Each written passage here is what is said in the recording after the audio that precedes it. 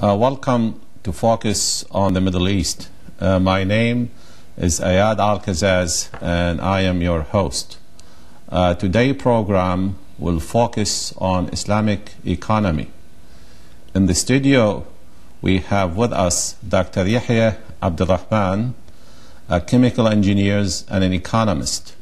He studied Islam extensively for the last 20 years or 30 years of his life, and recently he published a book on the subject matter, and we are going to talk about Islamic economy with him.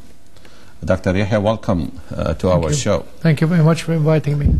Can you tell me a little bit about yourself before we start talking about the real thing? I was born in Egypt, and Cairo, Egypt, and I came to the United States, Madison, Wisconsin, to finish my PhD in chemical engineering, and worked for a major oil company, and did my MBA in international finance at the University of Texas.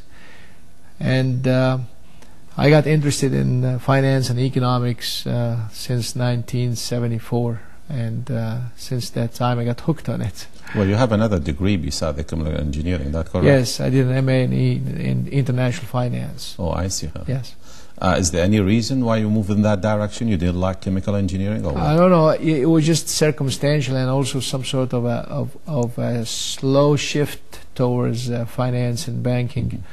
It was all circumstantial. For instance, when I went to work for that major oil company, my responsibility was to develop a new generation process to develop energy production.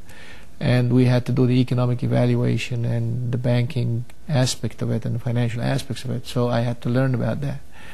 And then I was called by the World Bank to participate in starting an industrial bank, being an engineer and at the same time in the energy industry, and at the same time interested in finance and going to school to finish my MBA. Then I went to an oil producing country and I started the industrial bank out there, and so one thing caught with the other, and we got into the field. Which oil producing country you are talking about? It was Kuwait. Oh, I see. Yes. And that's some time ago or recently? 1974, 75. Yes. How did you become interested in the economy of Islam or the Islamic economy? Well, I really, it's an accident or a deliberate attempt on your part? Well, it's like a combination of both. In 1971, we were raising funds to build the first Islamic center ever in the city of Dallas, Texas.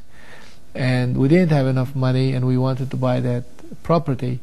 And then the community started saying, well, it is illegal to borrow money from the banks, and that was a very big impediment. So we started talking about Islamic banking and finance, what is allowed in Islam and what's not allowed. And I was really puzzled, and I didn't know how money was created, what are the financial aspects of it. So I decided to go to school. So I went to the University of Texas and started learning about it. And then slowly but surely I started digging deeper and deeper into the subject, and I hope I learned a little bit about it. So it's a gradual process. It was a gradual process, and it was my choice to invest my free time into learning about it. Now, let me ask you this question. When people study Islam, they tell us Islam is not only a religion, but it's a way of life that incorporate all parts of the human behavior, and including economy. I mean, do you agree with this statement or not? Well, in my view, all religions, starting from Abraham, the father of all monotheistic prophets, to Prophet Moses, Prophet Jesus, and Prophet Muhammad, may peace and praise be upon them all, they all came to develop a certain norm for living. And of course, to develop a norm for living, you have to develop the ways and means of doing it, how to interact with others, how to conduct your daily lives, how to deal with other people, how to manage your money, and so on. I've just read a paper the other day called Investing by the Book. And if you look at the investments of the Catholic Archdiocese or the Mormon Church or some of the Jewish organizations, there are guidelines and parameters which are extracted from the Old Testament and the New Testament, and of course in Islam it's extracted from the Quran, which inculcates all of these together. So religion is a way of life, and you just can't segment it as just going to church, going to Sunday school. It's the way you live, the way you interact, the way you value things, the way you define what's right and what's wrong, and so on and so forth. But you know, I mean, what you are telling me, this is not unique to Islam. It's true of all religions. It is true. As a matter of fact, usury in its definition has been prohibited by Judaism and Christianity and, of course, Islam. But you know, the people who do studies about comparative religion, they seem to emphasize that with Islam more so than any other religion. I don't know who you are referring to, but of course Islam is the youngest religion, and I don't know if they are fair in characterizing it this way, because I have friends in the Catholic Church, I have friends in the Mormon Church, I have friends in the Jewish faith, and they conduct their lives as they believe. Yeah, of course, I also have people who claim to be this and this and that, but they don't act accordingly. So when the claim doesn't coincide with the belief, then there is the big gap and the problem. So now let's go to the original topic, which I hope you will enlighten the audience about it. Yes. What are some of the major characteristics or component of Islamic economy, and how it's different from other school of thought, the capitalistic economy or the socialistic economy or what have you? Can you give us some general ideas? The socialistic, communistic setting of the economy, of course, is aiming at distributing wealth evenly to all people of the world, and of course we all know that this didn't work, because people would like to be rewarded for their hard work. There are people who work hard, and there are others who don't work hard, and that proved to be not workable. In the capitalistic system, it is the selfish means of the individual that would motivate him or her to achieve their goals, and you measure your success by how much assets and money you have accumulated in the bank. And the Islamic system is a unique system in the fact that when you are dealing with money, you don't look at money as a commodity, because if you put $100 in a jar and you come back after a year, it will not become 120. But if you put it in an institution that promises you 20%, it will give you 120. Now the difference is that the money in the jar didn't do anything, but the money in the financial institution was used to do something. The question is what it was used for. So the first point is, money is not a commodity. Money is a measuring device for the success of the activity that you have used the money for. So being not a commodity, money has to be used to develop and start and nurture economic activities which would result in job opportunities for the community, and the community will feel better and grow and become more prosperous. I think this is a very important underlying factor. So if you go to an Islamic bank and you ask for $100,000 and you tell him, I have enough collateral, the Islamic banker will say, that's not enough. A regular banker would say, no problem, here is your $100,000. But the Islamic banker first question is, what are you going to use the money for? And on that basis, that banker, he or she, the Islamic banker, would say if this is really something within the benefit of the community or not. So it is a community-based banking. Being in Sacramento, there is something called the Community Reinvestment Act, which has been enacted by the government for all community banks. It is the true translation, in essence, of the Community Development Act of the banking institution, the CRA, as it's abbreviated. The second important thing is Islamic banking concerns itself with the whole spectrum of the community. So from financing commercial activities down to the real bottom of the scale, which is micro-lending. As a matter of fact, in Islamic banking, you measure your success not only by the return on your assets that you are investing, but you also measure it by the number of households that you have helped open up and you have helped prosper and grow. And the whole idea in Islamic banking is to take that person who is very poor, who cannot drive a taxi, and teach him or her how to drive a taxi and get a license for a taxi, help him or her to get that license so they can produce an income and an economic activity called driving the taxi. And then you have to take that taxi driver that the poor replaced him and help him or her buy a taxi. Then he becomes an owner or she becomes an owner. And so on and so forth. Instead of one taxi, then 2 taxis, then 10 taxis. Then you create entrepreneurs out of the community, and with it you create an economic activity. That's the first important aspect of Islamic financing. So you talk about social responsibility. It is social responsibility. Toward the community, toward yourself, toward the family. For instance, the new fad in investing these days is what you call socially responsible portfolios. And these are portfolios which don't invest in companies that destroy the environment or companies that produce alcohol and so on and so forth. This is essentially an Islamic kind of portfolio, because there you're not allowed, in Islamic financing, you're not allowed to invest in alcoholic beverages because they are not good for the community. You're not allowed to invest in gambling and so on and so forth. But this is the investing aspect of the Islamic economics. The second pillar of Islamic economic is the system of alms, which is part and parcel of the Islamic economic system. Here, and it's amazing because I've done some studies on the percentage of total income that goes to charities in the United States. It comes out to be 2.5%. Here in the Islamic system, the system requires that you pay 2.5% of your savings that have not been invested as alms, or what's called zakat, which literally means purifying your income and your assets. Because if you don't purify your income and assets and you don't pay it, then it destroys your income and destroys your assets. So you pay 2.5% if it's not used in the bank. So on that example I started with, if you have $100,000 and you put it in a jar, it doesn't only lose its value because of inflationary factors, it also has to pay 2.5% on it, so it also loses 2.5%. So you're encouraging. However, if you take this money and invest it in an economic activity, you don't pay taxes on the $100,000. You pay taxes on the profits you make out of $100,000.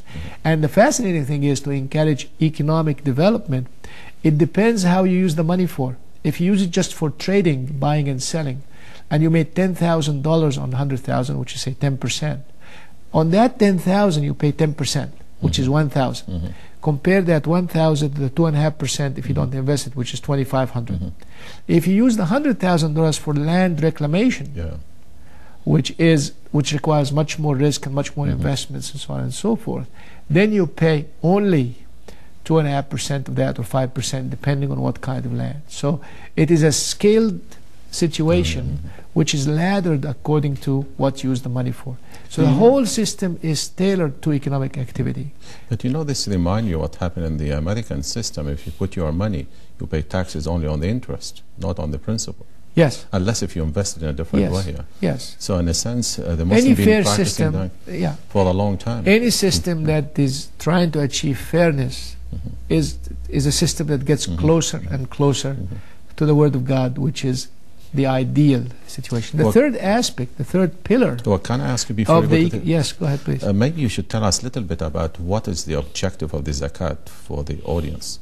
Just very briefly, and then we go to the zakat is the main source of income to the government.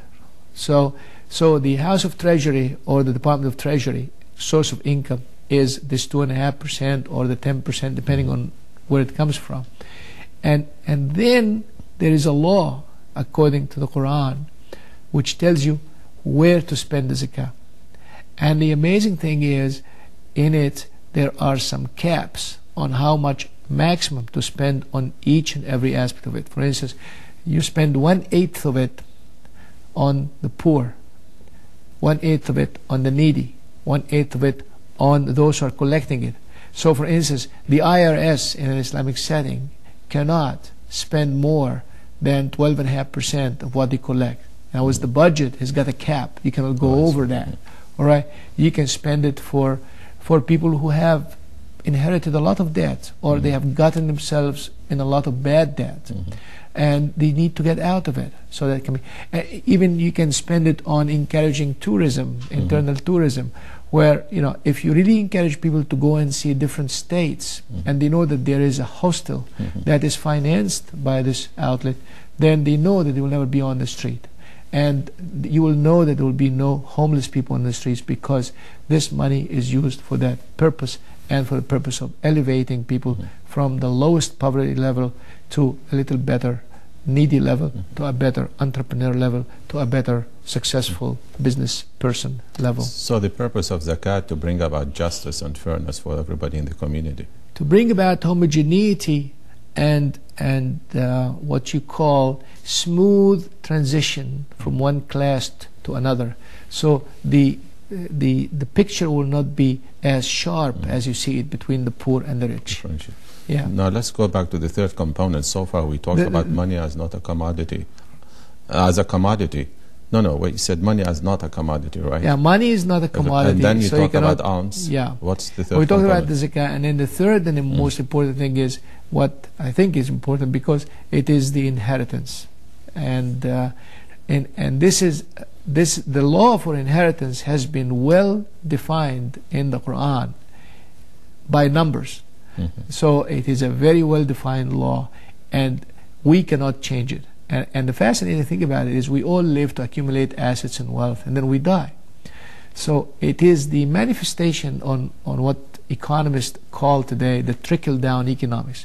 You accumulate the assets, and then there is the law which tells you how you to trickle it down in the economy. Now, it defines how much you give to your wife if you die, or how much she gives to you if she dies, how much goes to your children, how much goes to the family members, and it is so detailed such that you know exactly what is going to come out.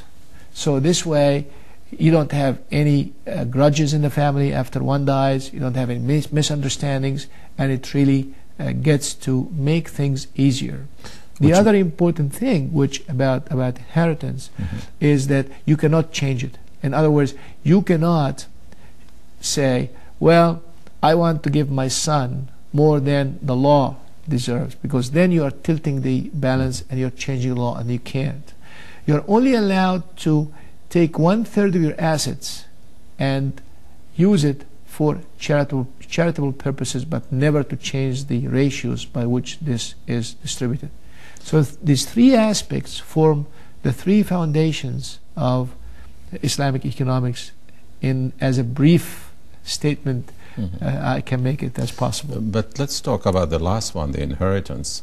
I mean, a Muslim man or a woman cannot will more than 1/3 of their property only to charitable, or they can give it away to somebody else? They can give it away to somebody else outside those who are eligible by law to inherit. So they cannot, for instance, take 1/3 and give it to one of their sons or one of their daughters. They cannot do that, because then they become unfair to their offsprings. The whole idea is to establish harmony amongst the family members after one dies.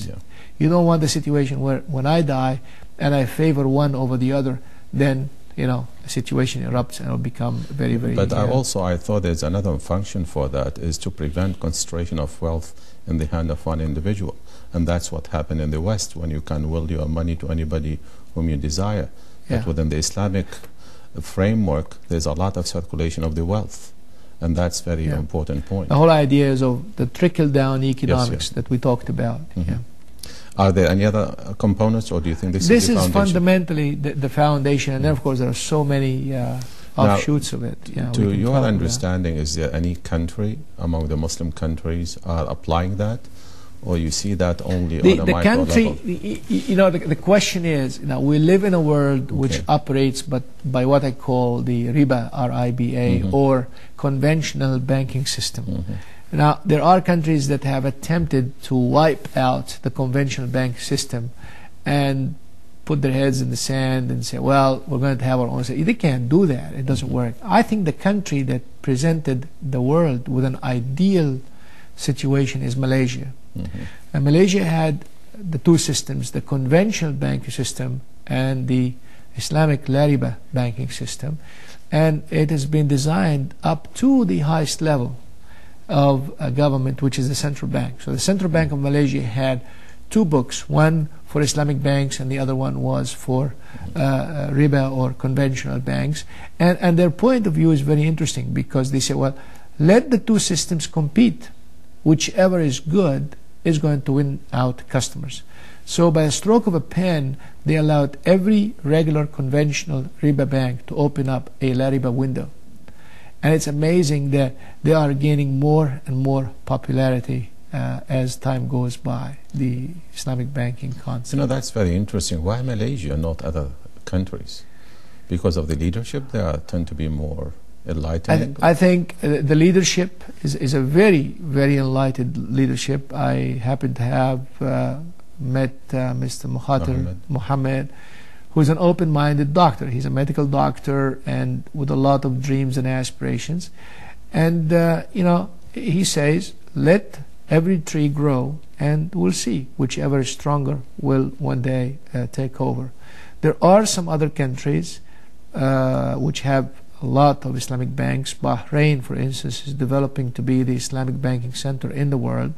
Citibank has Citibank Islamic, which is capitalized at $1 billion in Bahrain, and they do a number of deals here, and so on and so forth. Sudan claims to have an Islamic banking system.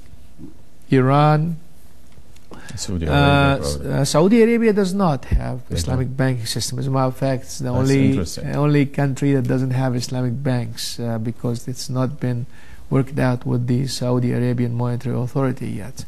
Pakistan, since the time of Ziaul Haq, had an Islamic banking system.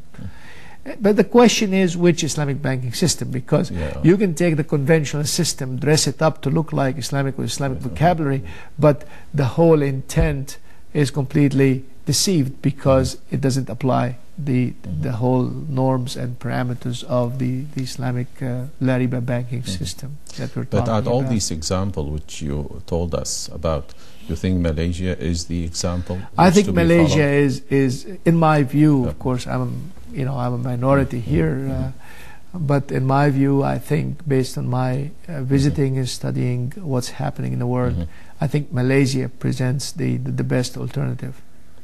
Now, let's shift to talk a little bit about the Muslim in America. Yes. Now, to what extent the Muslim in America can practice the foundations of Islamic economy? Can we really translate Islamic economy among the Muslim community? Yes, we can, but it's difficult and it is a process. We have to understand that we are the first generation Americans in this country. We have been here only 30 years. What we need a lot of capital, which is not available. Imagine if you have a financial institution which finances 10 homes in California, you're talking about an average of $2 million in one pop like this. Yes, and if you do it for 10 months, that is $20 million. For 10 years, that's $200 million. So that's a lot of money involved. And we're still young, our kids are still going to school. But as time goes by, there is a tremendous need for the Muslim community to complete their faith by providing Islamic financing to that community. I'm very happy to say that there are some institutions in the United States that provide in a meager way that kind of Islamic financing. You mean in which part of the United States? In Los Angeles? Or? It depends where you are. For instance, on the West Coast, there is an organization called American Finance House, LARIBA, LARIBA, and you can call them up, 1-888-LARIBA, LARIBA1, and you can get them on the web. You can get their page on the web. In Houston, there is a company called MSI, Muslim Savings and Investments. And on the East Coast, there is a company called Baitul Mal, BMI, Al-Islami, BMI. And I think you can get them also on the internet, BMI, SSB, like boy. And I think at AOL.com. And there is United Bank of Kuwait, which is a consortium of Kuwaiti banks They're just coming new in the market to provide Islamic mortgages. So, it's a small effort, and we hope it's going to have an impact on the United States economy, because what you're talking about, you're bringing a lot of money in the United States that will help develop the economy of the United States at large. See, but on the other hand, I hear many Muslim scholars, they say using an American bank with their procedure of paying interest not really a bad idea if the interests are not outlandish interests. 3 or 4. Well, I've heard all views. Yeah. To be frank with you, I've heard a lot of views. Some people say don't put your money with the banks, and if you put it with the banks, then don't take interest on it. Some other views say, well, you can put it in the bank, take interest on it, and then give it to the poor as almsgiving. I've heard views saying the extreme, saying, oh, you got to deal with the banks and do whatever as long as you do it. I've heard the same views on halal meat and haram meat. When I came to the United States, where people said, you either eat this or not. Others say, oh, you can eat it by saying Bismillah on it. My point of view is very simple. You got to provide an alternative. You have to start from the possible to achieve the impossible. And we know, of course, the well-known saying of Aisha, the Prophet used to say, whenever I am given a choice between 2 matters, I would use the easy one first and develop into developing and achieving the impossible. ما خير رسول الله صلى الله عليه وسلم بين أمرين إلا واختار أيسرهما. So our motto, my motto in life is very simple. Start from the possible to achieve the impossible, but never forget that you have to reach the impossible. Then generalizing and trying to get in debates and arguments and so on doesn't help anybody. What do you think the Muslim community in the U.S. is going to be a vanguard as far as the evolution of the Muslim thought concerning I hope so. this idea? I hope only so. 1 minute you can. This is a great country, the United States. There is nowhere else you can have freedom, liberty, especially freedom of thought. You can sit down and say your opinion with no restraint whatsoever. And because of that, Islam will really prosper, because it only prospered historically within a freedom context. Thank you very much, Dr. Yahia, for a very informative program. And thank you for watching. See you in another episode on Focus on the Middle East. Thank you. Thank you. Thank you very much. Thank you.